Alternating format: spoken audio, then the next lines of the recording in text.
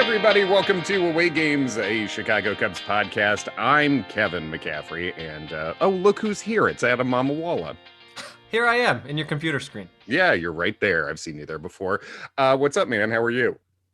I am pretty good. We're recording this on Wednesday, which means that the Cubs are coming off a doubleheader sweep of the Two Dodgers. wins.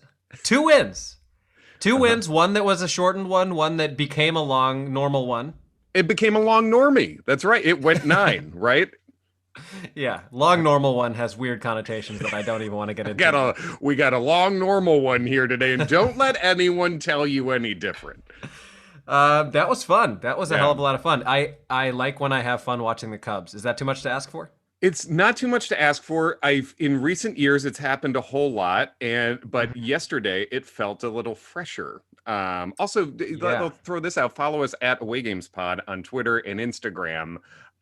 Everyone's doing it. A lot of Cubs players are doing it now. It's true. It's true. And you know what? Follow us at Away Games Pod for Justin Steele appreciation. Follow us for Keegan Thompson appreciation. You sure as hell better follow us for KB appreciation, because that's been there the whole time. Been there the whole time since before day one for us.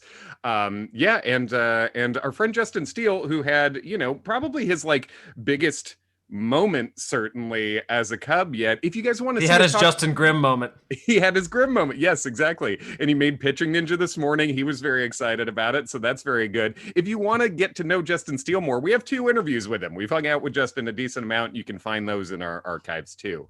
But yeah, I feel personally responsible, because I did tweet from Away Games Pod during his debut.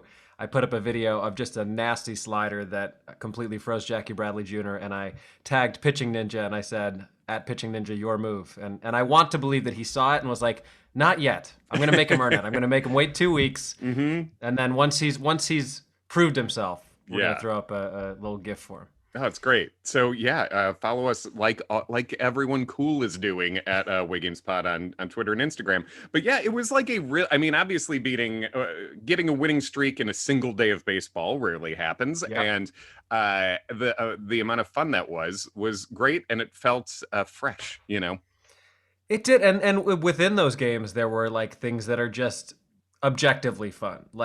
I hate Trevor Bauer. Yeah. I love Jason Hayward. Therefore, I love seeing Jason Hayward hit home runs off of Trevor Bauer. It's good, sensible math, and it is great when you're rooting for your guy, but when there's someone who you also get to root against. I mean, this is what the world of pro wrestling was built on: baby faces and heels. And Jason Hayward is a white meat baby face by wrestling terms, and Trevor Bauer is a heel. And you pay to watch the good guy beat the bad guy, and that happened. So that was really nice to see. I do kind of respect that Trevor Bauer has leaned into being a heel. He seems very aware of the fact that people don't like him. He's egging people on and doing the all right, come on, cheer for me or boo me sort of thing. But I mean, his aesthetic on the mound is Justin Steele in the 9th inning after every strikeout. That's what he's just started doing now. Yeah, and I think I think the difference is with Bauer, it feels calculated and inauthentic. It's not that I don't believe he's a interesting mix of a dorky D-bag, but he he is actively playing it up he knows he's planning the gifts in his head. You know what I mean? Right. And so yeah, I agree. I'd prefer him to just be that guy as opposed to try to be a likable guy more. He is authentically not a good person, I believe, so I'll say that, but I think that's real. But yeah, it was really fun to see. I mean, it would have been nice if the Cubs didn't let him off the hook a million times in that game. I think they were 0 for 15 with runners in scoring position. Yeah, it was rough. It was rough. But also, the Dodgers do have good pitching, so it's not as if the Big Cubs time. were just flailing around out there. They're facing really top tier pitchers. So yeah, but very frustrating, but also a game that feels less frustrating that happened when you end up winning, especially in the way that the Cubs won. First of all, and also follow us at Away Games Pod for not shitting on Dylan Maples, because it's not deserved. Yeah, it's weird. I think we've talked about this before, where you can sort of chase your own tail around. I feel like there is negative Cubs Twitter. There's people who get maybe too worked up about negative Cubs Twitter all the time. And then, but there is this weird element of Cubs Twitter that just acts like any relief pitcher who's ever given up a run is a piece of shit. And Hmm. we've talked about this before. You give up runs because you're human, and that's how games work. And there was a lot of Twitter like you can't put in Dylan Maples. Maples has an ERA under 2. Yeah, he walks a lot of people, but he strikes out everybody. And I think that was a completely sensible move by David Ross to bring Maples into the game with the ghost runner on second when what you need is a shit ton of strikeouts. And ultimately, Exactly. yeah, he threw a silly wild pitch that ended up scoring a runner from third, but Justin Turner homered right after that anyway. So that would have happened Right. anyway. And people have given up home runs to Justin Turner before. Yeah, if anything, like the wild pitch is more frustrating just to watch as a fan on your Yes.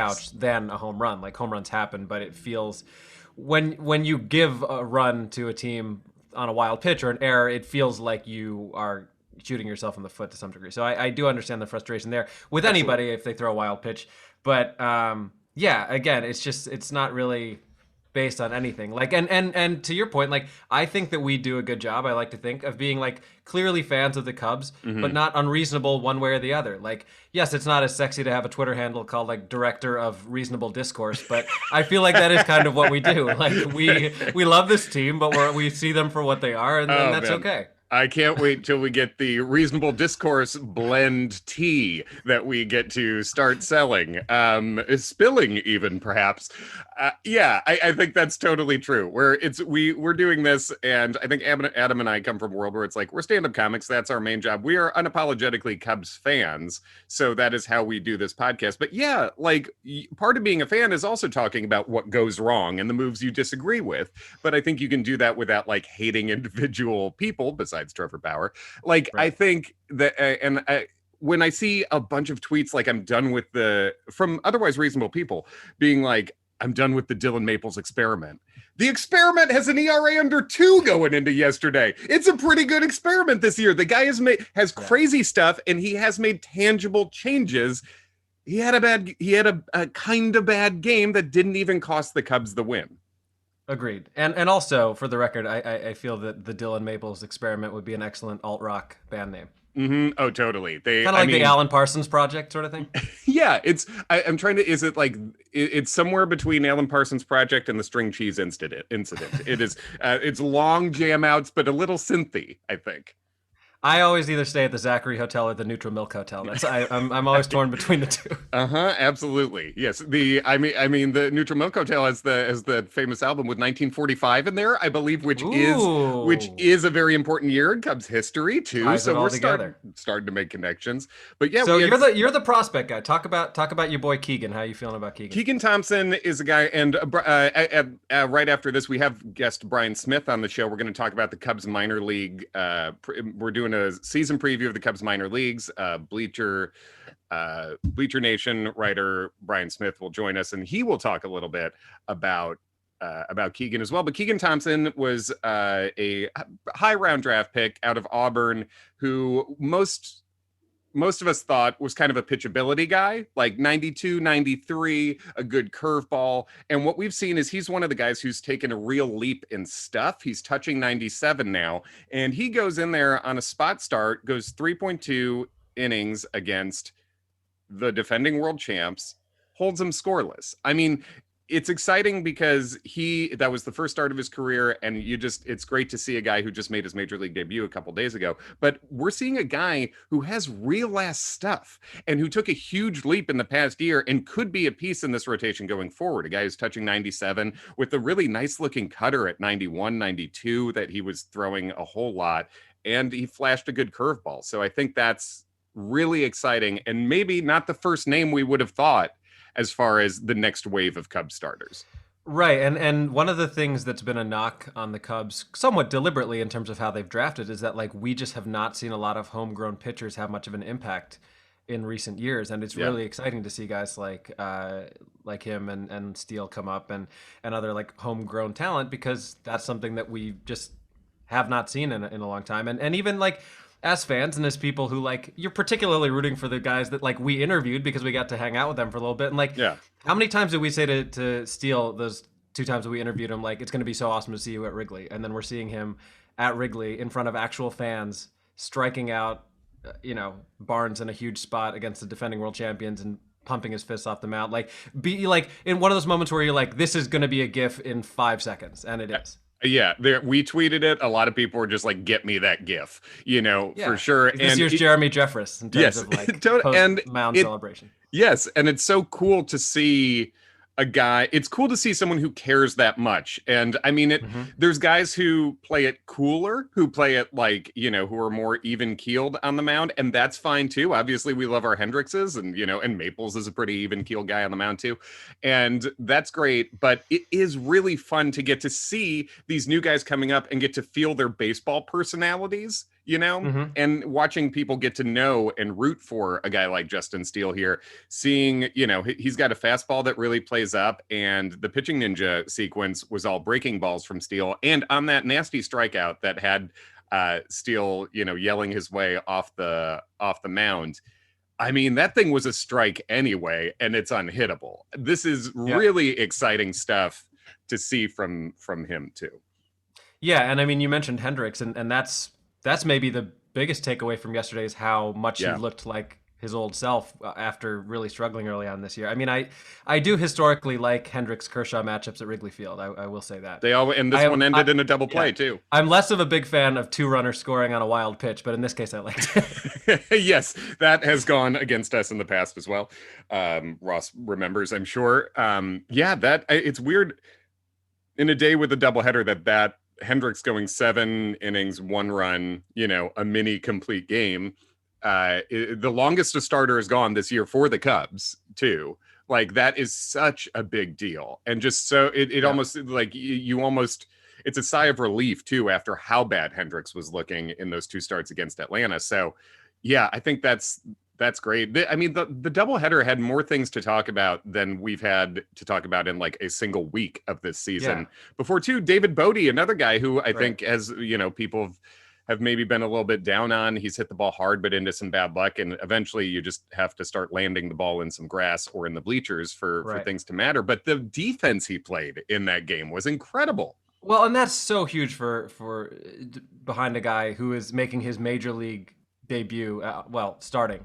To make that kind of play and get him out of a tough situation. Because, I mean, that's a play that a lot of third basemen boot, not because they're bad third basemen, just because it's a really difficult play. So to be able to backhand that ball, step on third in one step, and then throw it across his body to Rizzo, who always scoops the ball perfectly. But yeah, there was just a lot going on yesterday. Like, I feel like we could do a podcast just about the doubleheader. It was a real Stefan of a doubleheader. Like, this doubleheader has everything. Yeah. But yeah, Bodie also, did you notice on that bases clearing double? I don't know if he thought he got it, but there was a bit of a Sosa hop going on that swing. Did you notice that? And I think he knew he got it enough, but it's funny to see a little bit of a Sosa hop on. If it had mattered, probably would have been a sac fly. Like, Mookie was probably would have gotten to that ball, but it just didn't matter, So yeah, it was. And God, after going 0 for 15, 0 for 16 with runners in scoring position, to be able to walk it off like that, David Bodie's a fun walk off. It's fun to see people running out on the field to swarm him, and he did exactly what he needed to with that high breaking ball when it mattered. Yeah, and we're also seeing positive signs from Javi, which is not to say that we're not still seeing struggles from Javi, but an enormous home run yesterday as the Cubs are down to their final out. And then even on that wild 12-13 loss on Sunday, like, that's a huge home run too. And it's one of those times where, like, it's rare that you see somebody get their pitch, miss it, and then crush it was a real Montero in the NLCS. Like, that was your pitch, you missed it, and now the next pitch you're hitting it out of the park. Yeah, and I think besides the bizarre Javi defensive problems lately, he had 3 errors in that first game, 2 on 1 play, but he's been a little shaky defensively lately, which has been weird. I mean, where I think we're just going to hope that course corrects and he locks in the focus in that way a little better. But I think, as you say, Javi still has his struggles, but Javi's always going to have struggles in a certain way, right? He's always going to look bad sometimes. It's like sort of the hitting version of Dylan Maples is going to throw a ball to the backstop every once in a while, but it's the immense talent on the other side of things. And Javi is now up to a WRC plus, weighted runs created, plus of around, I think it's 117, 118. So his total production is coming in at about 18% over league average now after how completely clueless he was looking at the plate for the first couple Mhm. weeks. So, I mean, over the last couple weeks, he took a walk against Kershaw. That's funny. Kershaw doesn't walk anybody. Javi never walks. That was walk number 2 on the year for Javi. And, he's going to be swinging a lot, but the amount of contact he's making, there's also been 5 games in the last 11, I believe, where he has not struck out. That's huge. Like it's really exciting for Javi to just be making a competent level of contact, because when he does that, he's going to hit the ball really hard. Yeah, like a Javi sack fly gets me jazzed. Yes, absolutely. Anyone, I mean, God, especially in game 2 yesterday, any sack fly gets me jazzed. But it's really promising seeing him at the plate there a little bit. As you said, Bodie coming through with the game. Keegan, Chafin came in and was dealing. Don't steal things out of Andrew Chafin's truck. Yeah, what the hell? He's having stealing his Milwaukee tools. Yeah, he's having car issues. Maybe we need to find some Chicago-made tools. I don't know for a fact that that Milwaukee tools are made in Milwaukee, because like Corona's from Chicago, so it's like you never know. But it was just such a nice day to see so many guys do well. Yeah, and it's also fun that we're in early May here, and yes, the Cubs are a sub 500 team, and that's not great, but like the doubleheader yesterday and the game on Sunday in Cincinnati, and we're going to talk about that whole Amir Garrett situation. It's felt playoff vibes, which is awesome. Like it's fun to watch as a fan when there's that level of intensity. Like last night did not feel like an early May game whatsoever. No, I agree with that totally. And it is just sort of going back to what you said earlier about it was nice to have some fun watching the Cubs. We know this isn't an elite team. We're not expecting 95 plus wins from this team, but it's just nice to see the individual players start playing close to their own average level of production, because when that's the case, it's a pretty good roster. If these guys are playing to the back of their card, and I think that's what's been nice about this week. Even, I mean, it was a disappointing series overall in Cincinnati, but we're seeing some hope from the offense. And even in the games when you lose, that feels a lot different than it did in the previous couple. In the 2 games that they lost, they scored 18 total runs. So the offense is doing their job in those games. Absolutely. And the pitchers, the pitchers are allowed to be bad sometimes too, because that's how life works. And the offense almost picked them up on that last game. And a real strange up and down sort of game for Hap to have that big moment hitting that game tying home run. And it was one of those times where like everyone's expecting it in such a weird game. You're like, yeah, he might as well just hit a home run and then we're just going to start over. Yeah. And he hits an absolute bomb and then immediately leaves the game after a really scary collision. So it's just not. I really hate watching that. That's something that I watch like one time and then I'm like, I'm not going to watch that again. It looks super dangerous. Apparently we thought at first it was maybe concussion stuff. It looked like he like Ian spit out something. It looked like a tooth. It seems like maybe not. Maybe he retained all his teeth. But the good news is he's not in concussion protocol. Yeah. His ribs are busted up pretty bad. He caught a couple knees from Nico there. Yeah. Compound on compound crime. But oh my God! I'm sorry. I can only make this joke because he's okay. But if he had broken a bone, it would have definitely been a compound fracture. Yes, thank God it was not a hashtag the compound fracture. Thank God he avoided that level of branding with the podcast.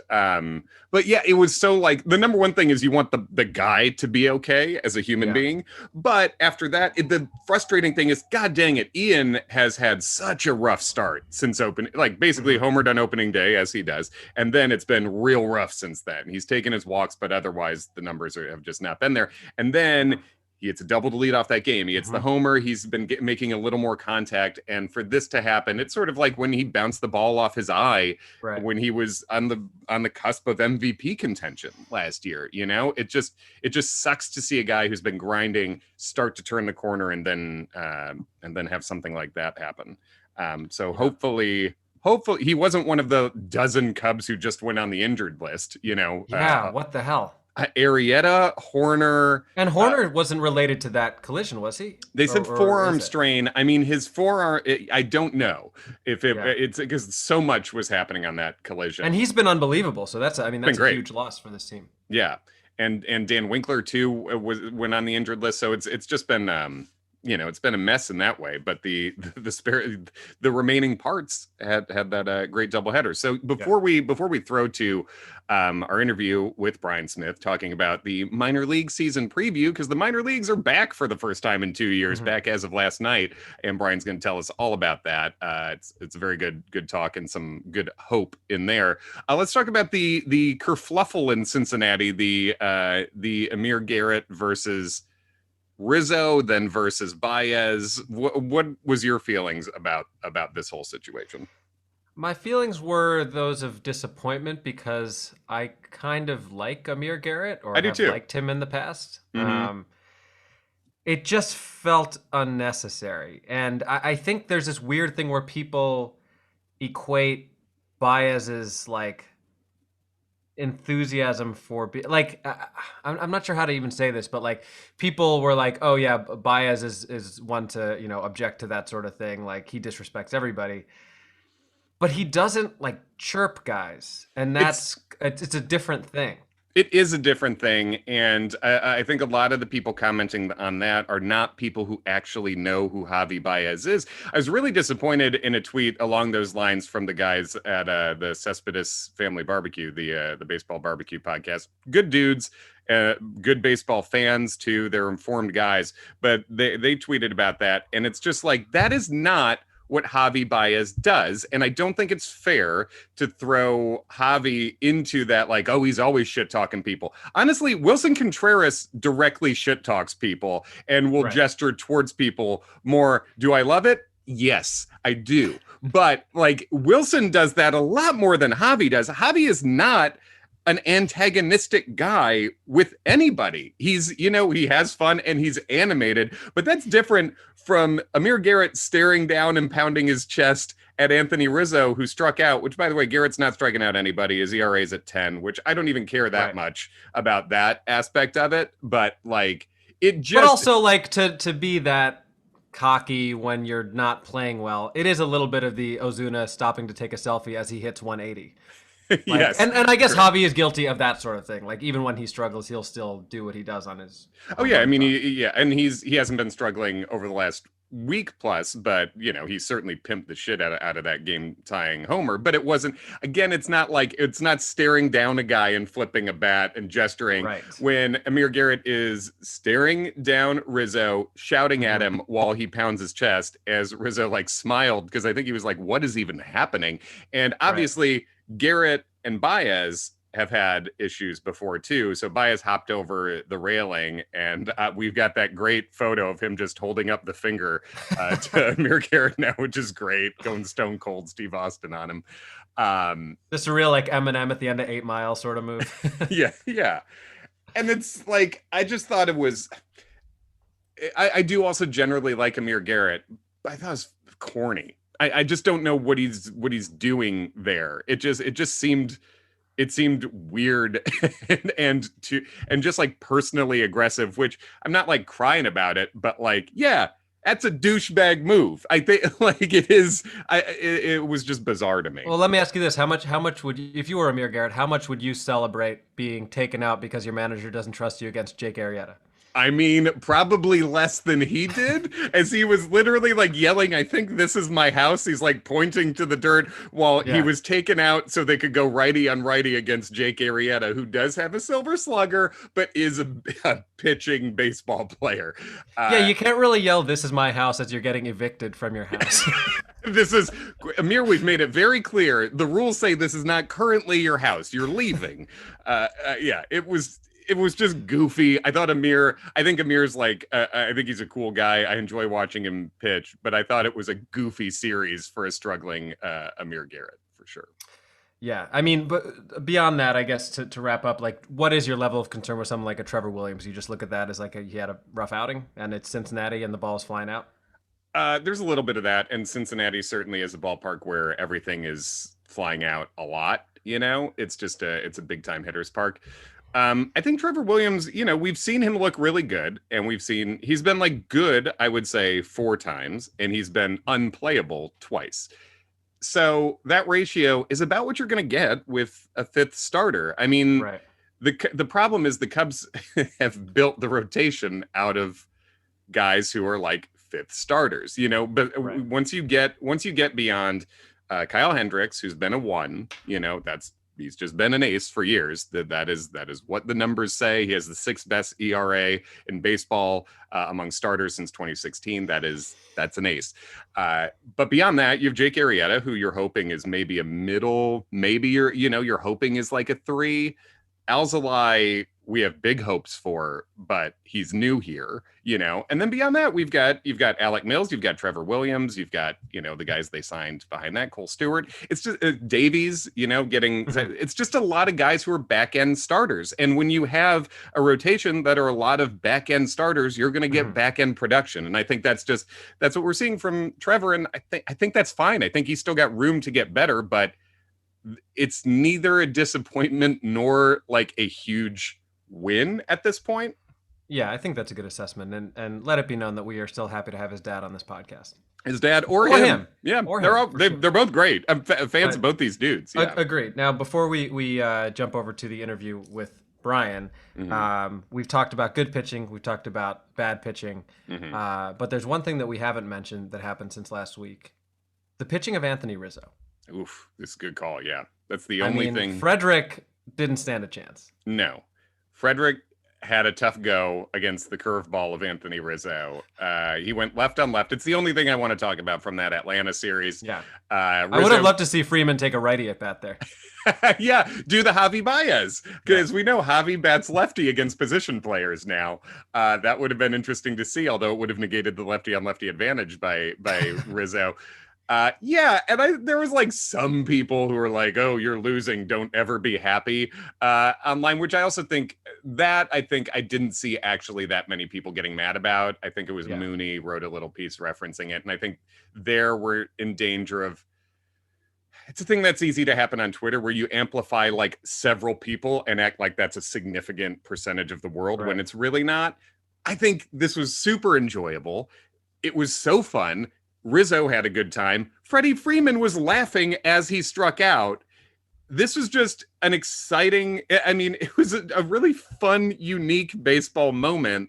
Yeah. And if we're going to play 162 of these fucking games, we hope for a couple of moments like this to make things different, right? Right. And it's just one of those moments that, like, that is going to be part of a montage that they show between innings at baseball stadiums for the next 20 years. And that's fun. Like, Rizzo is an awesome dude. Freeman, from everything I've ever seen or read about him, seems like a tremendous guy. Like, yeah, fuck it, have some fun. Like, I've been to games. I was at a game a few years ago where the Cubs got just shellacked by the Brewers, and the only thing that made it worth watching was that John Jay came in to pitch in the 8th inning. Like, it's fun. Have some fun. If you're losing anyway, no one's having a good time, at least lighten the mood a little bit. Like, Jesus Christ. Yeah, you're not going to win. You're not even going to be in contention every game. There's like an old nugget of baseball wisdom, like a very grizzled old manager saying, I think, but they're like, everyone wins 60 games, everyone loses 60. And then it's like what happens in the other games, those other 42 games that decides whether you're a bad team or a good team, right? And like, this is just one of the games they lost. This is done. They were not coming back. And you know what? Even if they were going to come back, Rizzo shut him down, and so did Matt Duffy. So it's like they didn't even give up anything here. They functionally were competitive, and it was just fun. And they saved it's saving the bullpen a little bit. And yeah, it's easily a top 10 moment of the baseball season for me so far. Yeah. By the way, Javi is doing that so that he does hit a lefty home run at some point, and then Twitter is going to explode. Absolutely. And he's just missed it twice now. So, we know he can do it. We've seen video of him doing it in batting practice. Absolutely. And Javi's one of those weird dudes who are like lefty and everything else, like it would be really funny if he became a switch hitter and lefty, he was like only a contact guy. Like he never struck out lefty. He's just Juan Pierre lefty all of a sudden. Yeah. Could be a Blake career transition. I can see it. Slap hitter, Javi Baez, Ichiro. Yeah. Against a particularly like there's a guy with the Rockies who came up throwing sidearm 101. In that case, I'd be like, yeah, Javi should go up there lefty, you know. Yeah, jeez.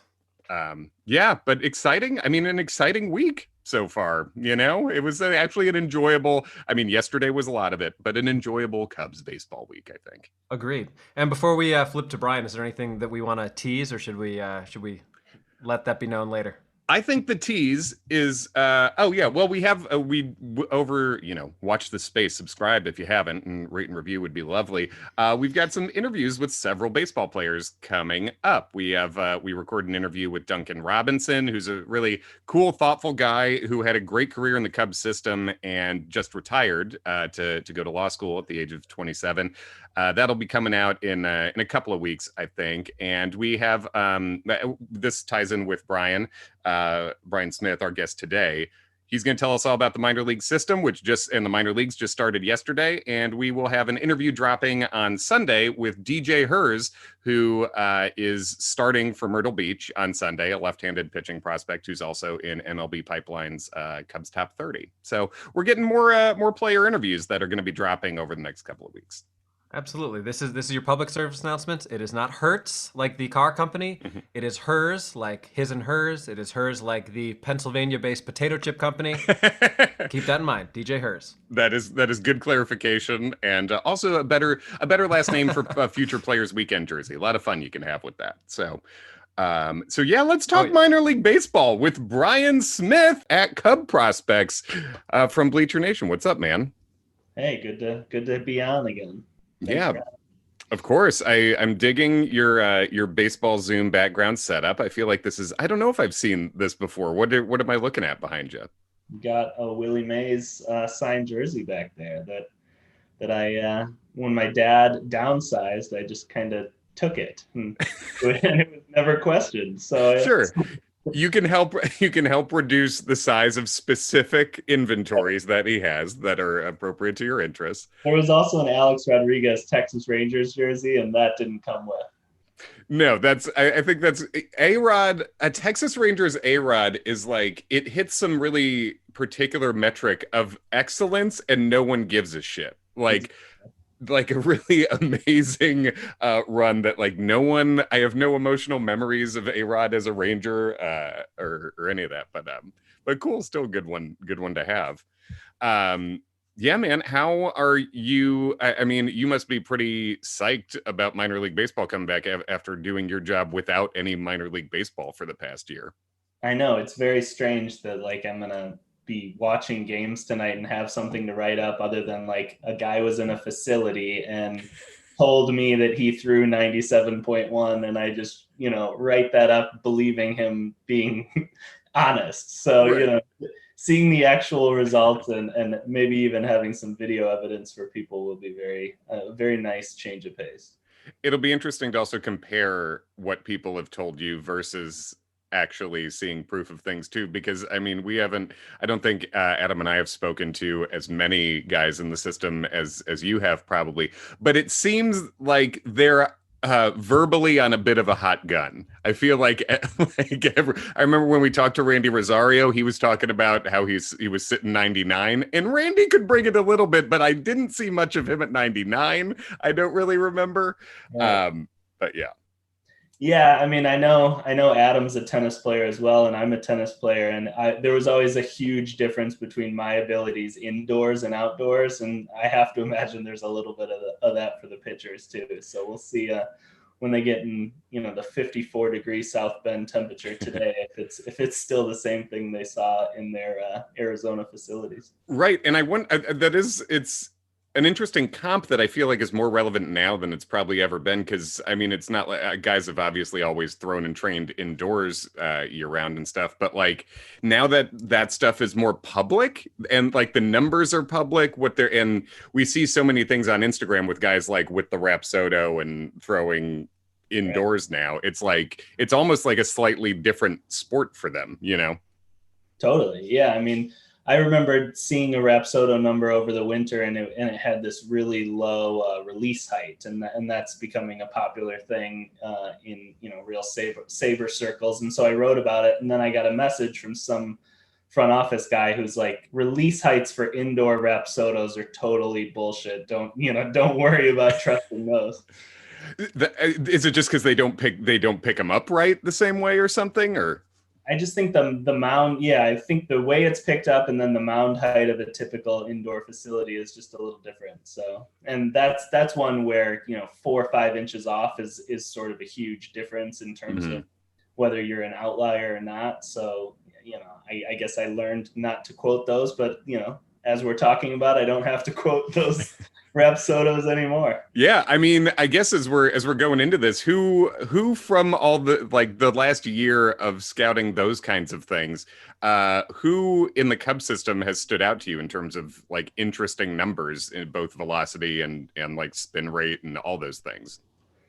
Yeah, I mean, I feel like such a basic guy to just bring up Max Bain first. That's like I get my Cubs Twitter badge for bringing up Max Bain 5 minutes into the interview. But there you go.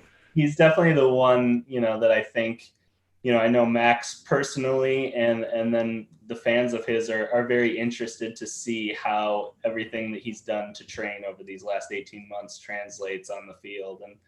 And he's one that jumps out. Brendan Little, who we saw a little bit of in spring training, was somebody that you saw his Rapsodo numbers and it was totally different. And that also sort of reminds me of Bryan Hudson, who's a guy that there's been sort of hints and whispers that maybe he's up into the high 90s now. And, he's a 6'8" giant that also has the ability to really throw a sinker that breaks a lot. So if he's throwing 97, 98 miles per hour and can still sink it, that's actually a thing that could like really move quickly in the organization and have an impact at Wrigley, I don't know, even this year.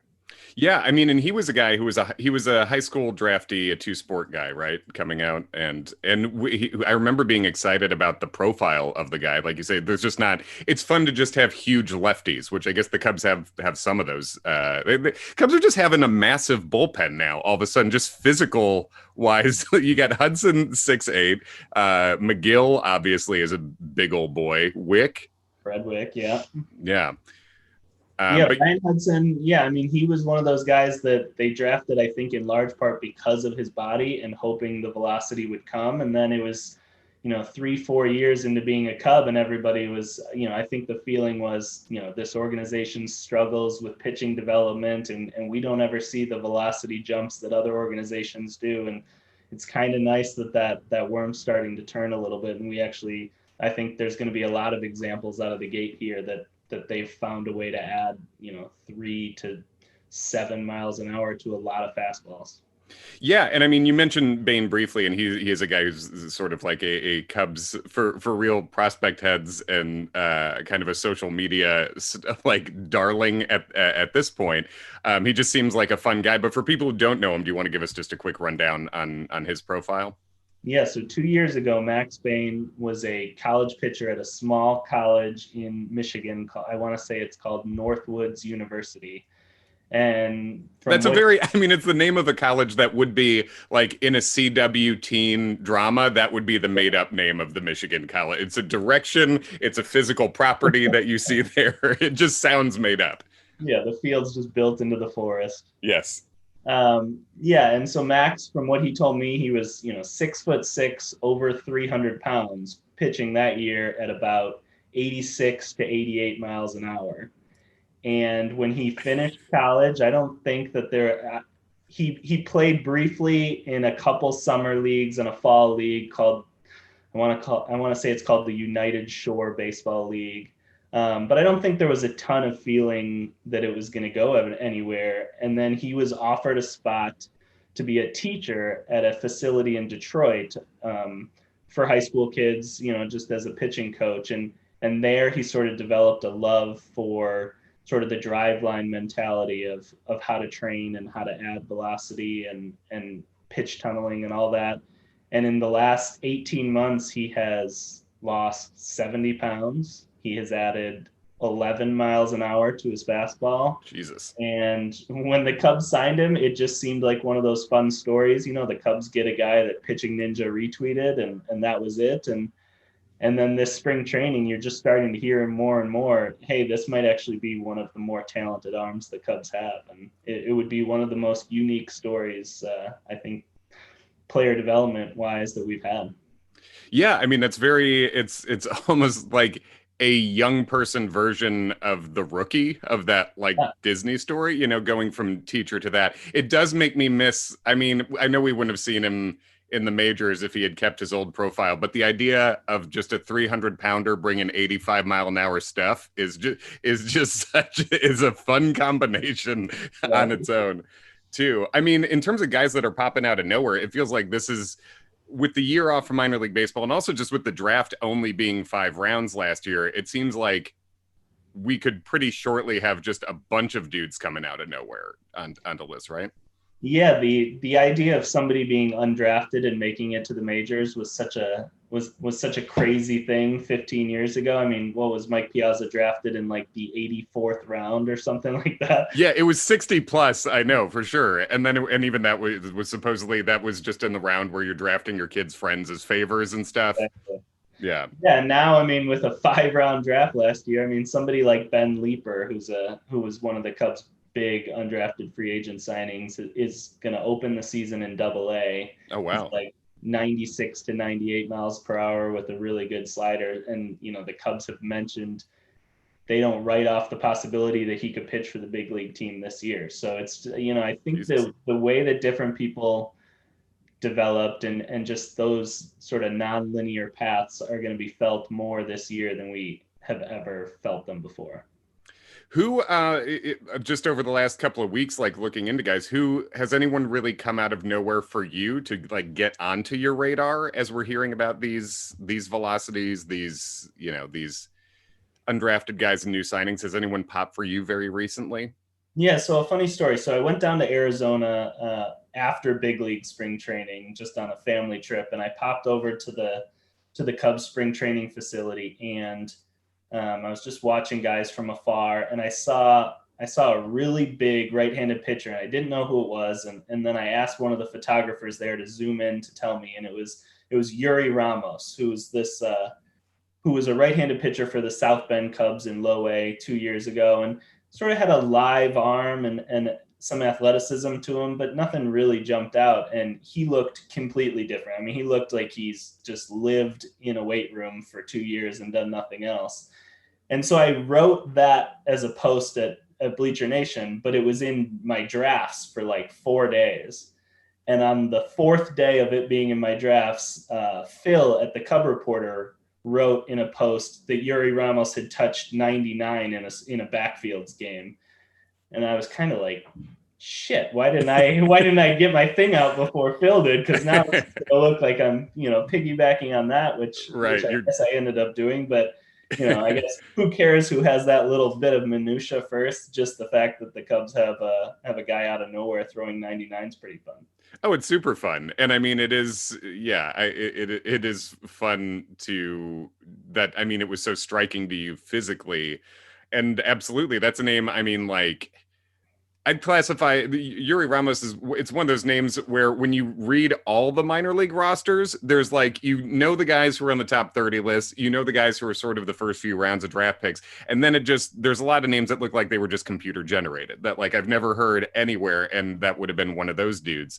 And yeah, to see him throw a 99 is great. That was, yeah. Was Phil, he published the big list of velocities that we saw, right? Where it just looks like a ton of guys mid-90s and up. Yeah. I mean, it's pretty amazing that just, from communicating with guys through the app that the Cubs have on players' phones, they were able to really develop some, I think, individual plans that really worked for guys. And then, I mean, more than crediting the Cubs, I think, credit the kids that went out there and figured out how to do it in what had to be sort of weird situations across the board. What's the app that you're referencing? Yeah, so the Cubs, I think, developed an app, I want to say maybe a year and a half ago, but they really only implemented it sort of across the board right when COVID hit, and it's called Ivy. And I've just seen screenshots from it, but basically, it's a way for them to access, each player can access every pitch he's thrown not just in a game, but, in spring training and probably in the pitch lab too. I'm not sure. But then also a way to communicate with the mental health coaches and with their pitching coaches. And so it's really connected the organization, and it came at a really good time because I just don't think it would have been that easy to do through phone calls if that was where they were left. And I'm sure some organizations did have to do it that way during COVID. Right. Now I hadn't heard that Ben Leeper was going straight to Double-A. That's awesome. That seems surprising. That roster seems like pretty loaded prospect wise in the system. Is there anyone else particularly who jumped out to you as, like, now that we've seen all the assignments, that jumped out in terms of like particularly aggressive assignments that you didn't expect, or anyone who's like starting lower than you anticipated they would? I think the thing that surprises me is that the Cubs really decided to start slow with a lot of their prospects. And so there are a lot of guys who are not starting right away. I think the Cubs saw the benefit of what they call sort of high performance, which is being away from the field and working more directly with the coaches. And so they took, I want to say, maybe 12 of the top 30 or 40 prospects in the system and decided to keep them in Arizona. And, we'll see when they start throwing them in. It might be Braylon Marquez in a week and Riley Thompson in 3 weeks. And there's a whole list in it. Michael McAveen and Chris Clark and Cole Franklin. Cole Franklin's one, yeah. So that'll be fascinating to see. They have this new way of coaching now, which is to bring them into the lab and to work with them there, and then to work it in games. How do they sort of balance the importance of getting guys in games with the importance of getting them coaching? Because one player told me in South Bend last year, he said, I've gotten more instruction geared for career success in this 2-month period in South Bend than I got in any minor league season I ever played. And was that was from Alt Site last year? Okay. Yep. Well, that's a combination good news, bad news thing, I guess, right? Where it's like, it's good now, but I guess it's a bad news that guys, I guess, for so long in the minors maybe felt like they weren't getting sort of focused instruction that way. Yeah, I just think that when the season starts, it's such a grind. I mean, we're recording this on Tuesday afternoon, right before minor league opening day, and the Iowa Cubs are going to be about 10 players short of a full roster tonight, and they haven't even played a game yet. And so, for somebody like, Michael Rucker, who's a guy I think the Cubs are really excited about how he's developed in the last year. Mm-hmm. I mean, he might get asked to throw 4 innings tonight, and that's not the role the Cubs have for him in mind. But, his manager at AAA needs it, and right. Maybe he has to wear it a little bit, and that impacts his numbers. I mean, it sucks real hard to be wearing it literally day one of the season. It's like we should hire some dudes. There should be, That's and Rucker's a guy he's like mid-20s, right? He's a little bit. He's been around a bit. Yeah, he's probably 26 or 27, and he was a guy who was in South Bend at the Alt Site, who they worked on sort of changing his slider to a cutter, which I think is something they've done organizationally a lot. Is just sort of getting more horizontal on sliders. And we saw that pitch a little in spring training, and it looked really good. And he's a guy who can sort of bounce between an inning and 4 innings, and there's a lot of value in that. So he's another one that's just, he's on the periphery, but he's fun to watch. And if this team's headed down more of a rebuild type path, though, trying to get some of those names to hit at the major league level becomes much more important and will probably be much more frequent. Yeah, and in terms of just the names you see as far as guys who can like come into the bullpen, it really is starting to feel like the Cubs have a lot of organizational depth in bullpen dudes. Like, I feel good about the bullpen going forward for a while, which is nice because it's fun to, when you see like Tampa Bay sort of doing a thing where it's just guys are showing up out of nowhere you never heard of, all throwing 99. It's cool to have that. As far as the pitchers who are at least for now in the rotation, who are you most excited about to see as a starter this year, or who do you believe we can maybe see as a real starter in this system on the sooner end of things?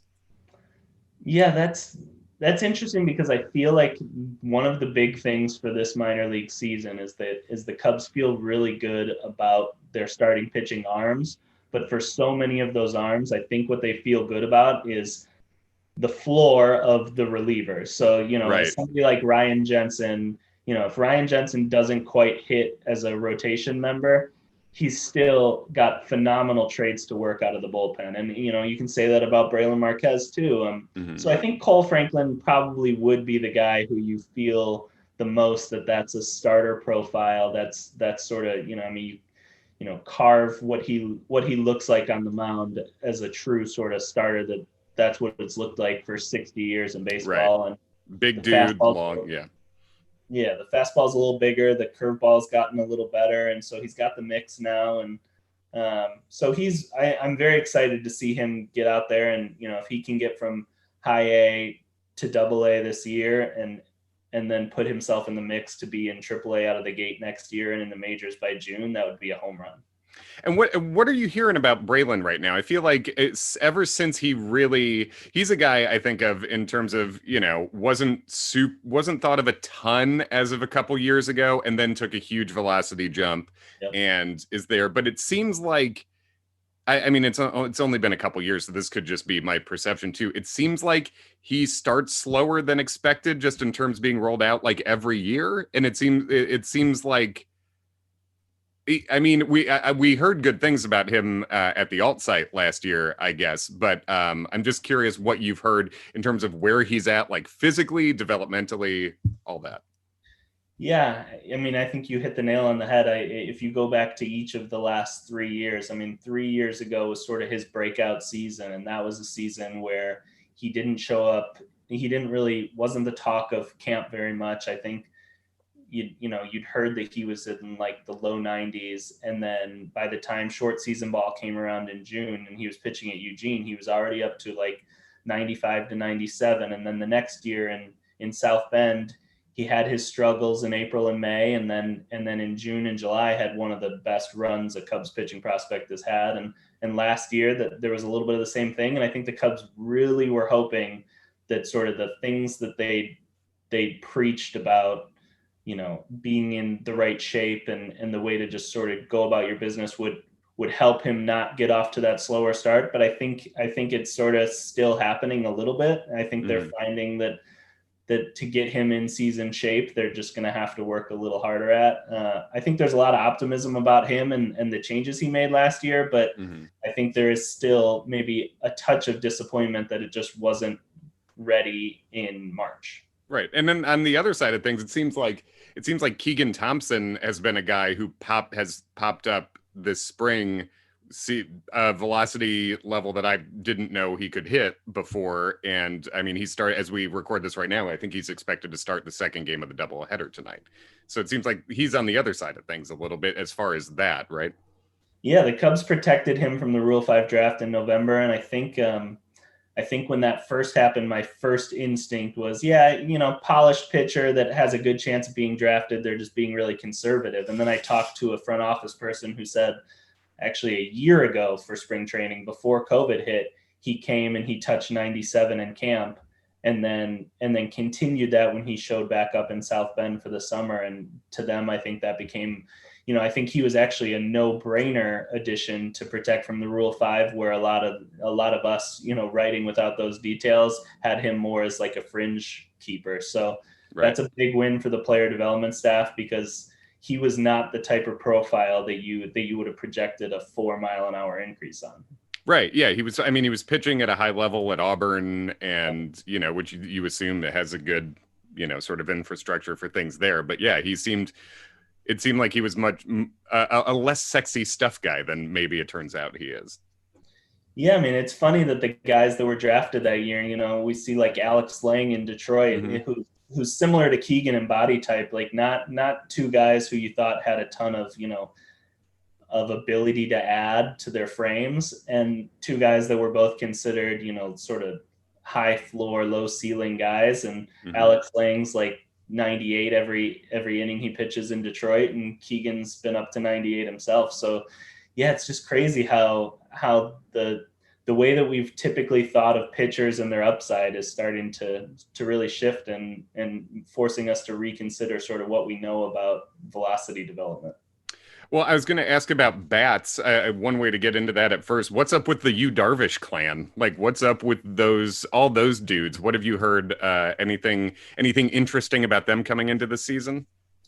Yeah, I mean, the only one we're going to see out of the gate is also the only one who had any playing experience with the Padres, which is Yeson Santana. And I heard good things about him in spring training. He's going to be with Ed Howard in the middle of that Myrtle Beach infield, which is going to be a ton of fun to watch. Bunch of shortstops there too. I feel like there's one other dude there, right? Yeah, Luis Verdugo. That's right. Yeah. Yeah. The other three are all going to probably be headed for short season ball. So we'll see where they go. I think the Cubs took a lot of guys. I think they knew how tight it was going to be for minor league roster spots. And I think they just had a lot of guys say, hey, we're not going to bring you to Arizona until May, also probably because of some COVID protocols and stuff like that. So those guys will be in short season ball, and we'll see if any of them pop this year, if it's more of a next year thing. But I think Santana is going to be a really fun track every day, probably hit near the top of that order, and is a guy that has a little bit of more power than you would expect on his body type. He's, kind of like Trent Jambroni has in the Cubs system. He's like this short guy who really hits up on the ball and can really like sort of muscle it farther than you think. So that'll be fun to see how that plays at a full season level. Who's going to be the most, now that we've seen the rosters, who's going to be the most fun lineup for you to watch out of the gate? Yeah, it's got to be that Myrtle Beach roster. Yeah. I mean, that lineup you have Santana and Ed Howard, who we mentioned. You have George Wogu, who I think is somebody that fans are really excited about just because he's a player type the Cubs haven't had a ton of, like this, the athletic. And he's just a rare baseball type, really. Like, yeah. He was a football recruit too, I think, unless I'm making that up, but yeah. Yeah, he was a good football recruit, went to Michigan. I think he walked on at Michigan baseball, even though he could have gotten a scholarship in football, just really wanted to do it, and was a 3-year starter, and is still probably untapped at how good he can be because he's so strong and has nenever been a true sort of home run hitter. So we'll see if this is the year that starts to happen. And then you have Ethan Hearn, who I'm trying to remember, somebody just wrote, I think Baseball America just wrote about Ethan being somebody that caught scouts' eyes during spring training as somebody who looks like he's worked both on his body and on catching, and scouts feel a little better that he's going to stick back there, which is good news. Yeah, totally. And Hearn and Justin Steele have worked together a lot over the last couple of years. We know the couple of times we've talked to Justin, he's been hanging out with Ethan right before that. So we know those two dudes have been, Hearn's been catching Justin specifically a lot over the past couple of years. Yeah, I love those player development stories from the last year that, the guys that were able to work out together and help make each other better is definitely fun.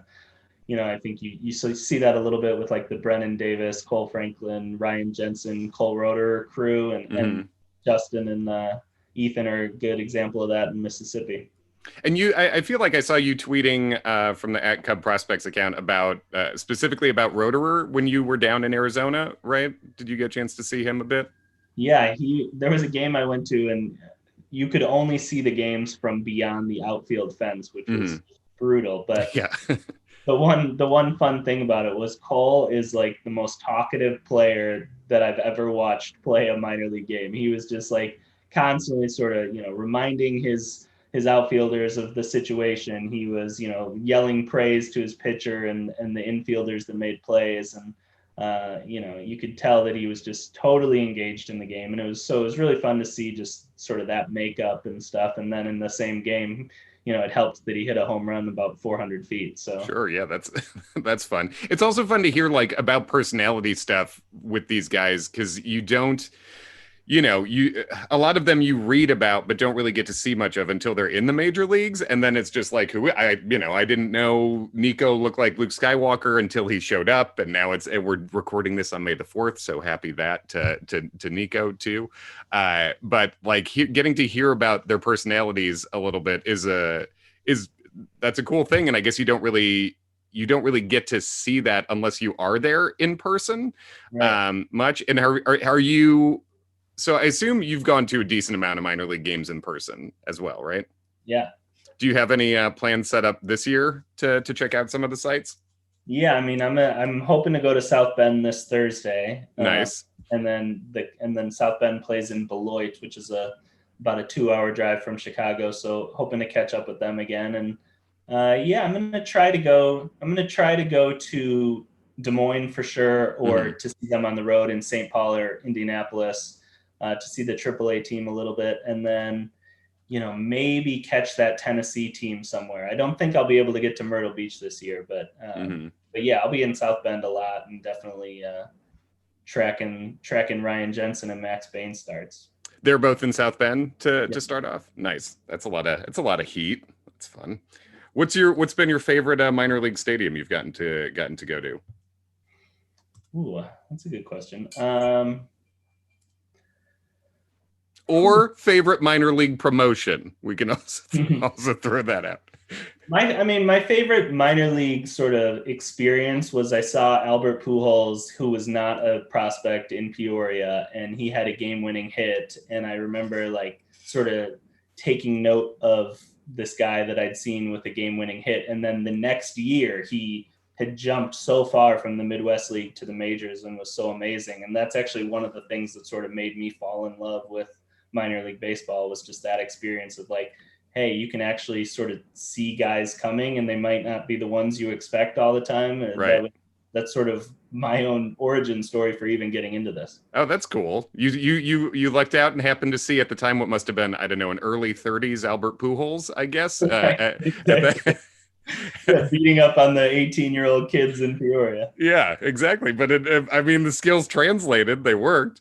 Let's see. I think that's pretty much most of the questions I had. I guess we asked about best lineup. What's the sexiest rotation out of the Cubs affiliates that you're looking forward to seeing? The South Bend, what you said right there, that's a couple of fun flamethrowers to check out. Yeah, that's probably the most fun one out of the gate. It also has Peyton Remy, who's another guy that people talked about in spring training. Mm-hmm. I think that in the long run, the Tennessee rotation will become the best when Marquez gets there. Mm-hmm. You have Cam Sanders, who I sound like a broken record, another guy that people are talking about throwing 98 in spring training, and then Riley Thompson's probably going to get there, and then I think in Tennessee is where guys like Franklin, Jensen, Chris Clark are probably going to end the year. So I think come summertime, that AA rotation is going to be one of the most sort of exciting hotspots of the system. Sweet. Cool, man. Well, thanks for hanging out and doing this. Is there anything else you want to make people aware of minor league wise or prospect wise going into the year as we're starting off? No, I guess just, I hope people, when minor league baseball was getting contracted, there was so much talk from people about, save minor league baseball and how important minor league baseball was to these small communities and stuff. And I hope that everybody that was rallying around the minor leagues then supports it now that it's back on the field and we see an increased interest in it, because I think we're at an inflection point where we could actually start to pressure Major League Baseball to increase these guys' salaries and to start to make it more equitable. I mean, it's insane. I think it's a thing where people think, if you're a casual fan, in your head, professional baseball player makes good money. And I think like that is also a thing. I mean, when I was growing up, I thought anyone you saw on television also made good money. And then I'm on TV. And now I know that's not really the case all the time. It depends. So I do think that is a thing people don't really realize is like past the top couple round draft picks and their bonuses, these guys are paid nothing, right?